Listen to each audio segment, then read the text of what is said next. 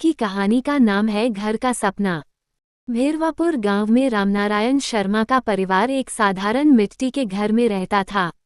ये घर उनके पूर्वजों का था, जो अब काफी पुराना और कमजोर हो चुका था।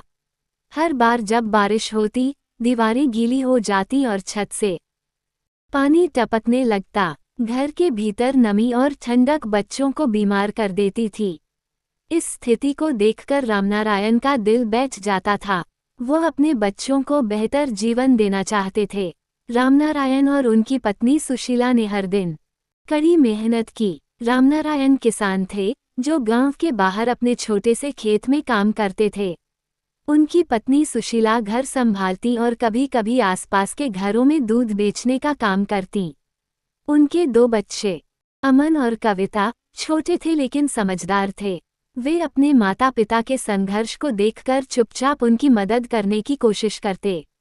रामनारायण का सबसे बड़ा सपना था कि उनका परिवार एक पक्के मकान में रहे। ये घर अब हमारी जरूरतों के लिए पर्याप्त नहीं है।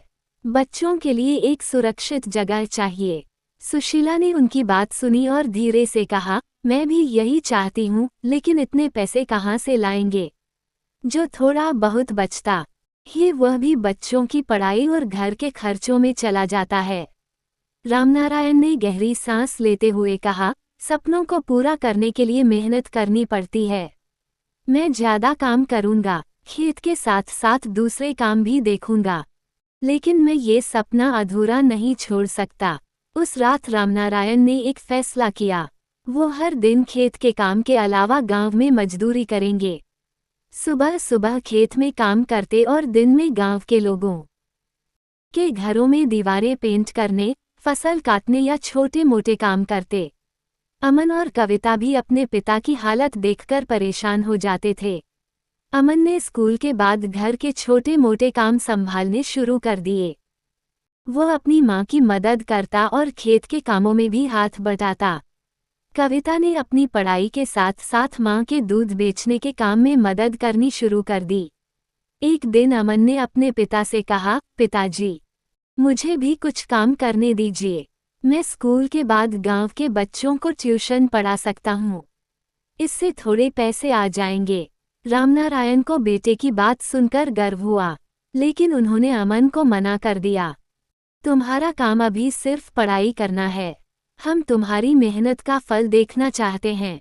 रामनारायण ने धीरे धीरे पैसे इकट्ठा करना शुरू किया। हर महीने जो थोड़े थोड़े पैसे बचते, उसे वे बड़े ध्यान से संभालते। 1 साल बाद उनके पास इतने पैसे हो गए कि वे एक राजमिस्त्री से घर की नींव डालने की बात कर सकें। जब घर की पहली ईंट रखी गई, तो पूरा परिवार खुशी से झूम उठा। बच्चों की आंखों में चमक थी और सुशीला के चेहरे पर संतोष। यह उनके सपने का पहला कदम था। To be continue.